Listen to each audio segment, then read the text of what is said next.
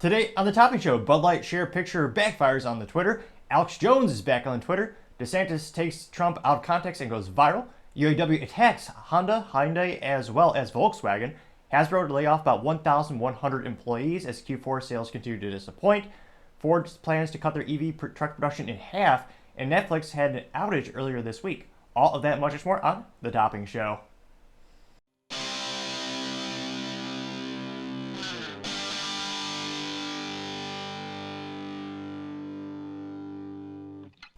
Thank you everyone for taking the time to tune in today. Today's episode of Topping Show is sponsored by Topping Technologies.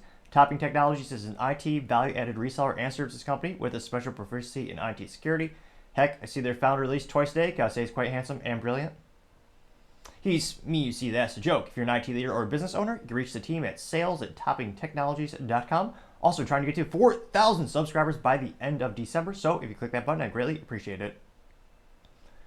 Now, going over to the business part of the podcast, you have Hasbro to lay off about 20% of their staff, equating to 1,100 employees.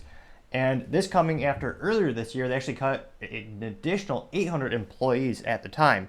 Now, they are the iconic toy maker behind things such as Play-Doh and Transformers.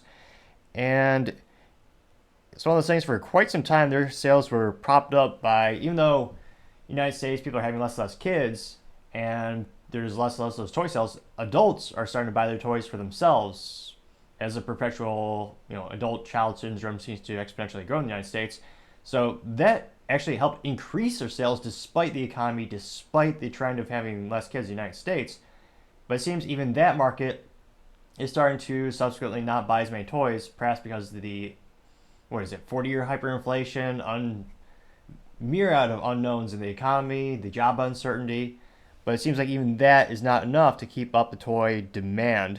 Now, when asked for comment, you had an interview with Chris Cooks, who is the current CEO, and he claims that they're making these layoffs, quote, as a, quote, lever we must pull to keep Hasbro healthy, unquote.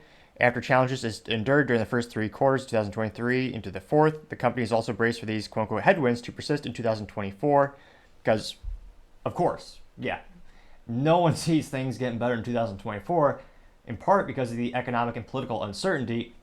Who knows, depending on who gets elected, maybe your industry will be regulated out of business. Maybe you'll have more taxes you haven't even thought of yet. Maybe they'll just invent even more taxes to tax people in the middle class.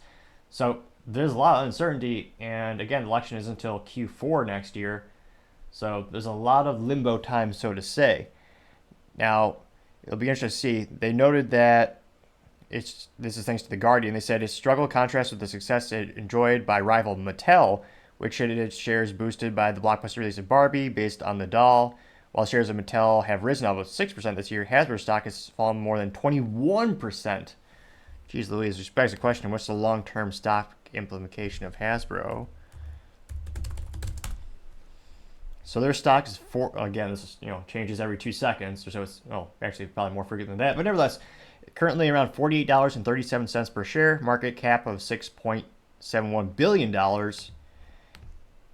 And maybe they need some new leadership because their trends are not great. In the past 5 years, Hasbro stock is down 48.32%. In the past year alone, it's down negative 19.47%. Year to date, they're down 22%. In the past 6 months, they're down negative 21.8%. In the past month, they actually are up 12.66%. And in the past 5 days, about break even, or so it seems, about increased by 0.37%.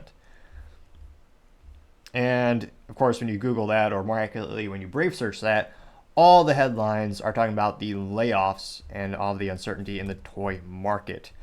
So it'll be interesting to see if they're able to turn that trend around. Maybe they need new leadership, or maybe they just need a new hit toy. But again, it's not just an issue of, we had one bad fiscal quarter. Shoot, darn near everyone has that. But they've had multiple years of the stock just going precipitously lower and lower and lower. What is it going to take for them to actually turn that trend around? Probably need a new hit idea, as well as a couple new business mechanisms to get there. Again, I'm not a doctor. However, if you click the subscribe button, it may very well help with my speaking ineptitudes and my lack of enunciation. Again, this is no Mayo Clinic, approved, clinical study. I'm just saying it's worth a shot. Probably. Perhaps. Maybe. Just saying it can't hurt. Again, thank you everyone for taking the time to tune in today. Don't forget, trying to get to 4,000 subscribers by the end of December. So if you click that button, I greatly appreciate it. Also, leaving a comment is a great way to give me a little bit of feedback. Let me know how I can make the show better and better and better.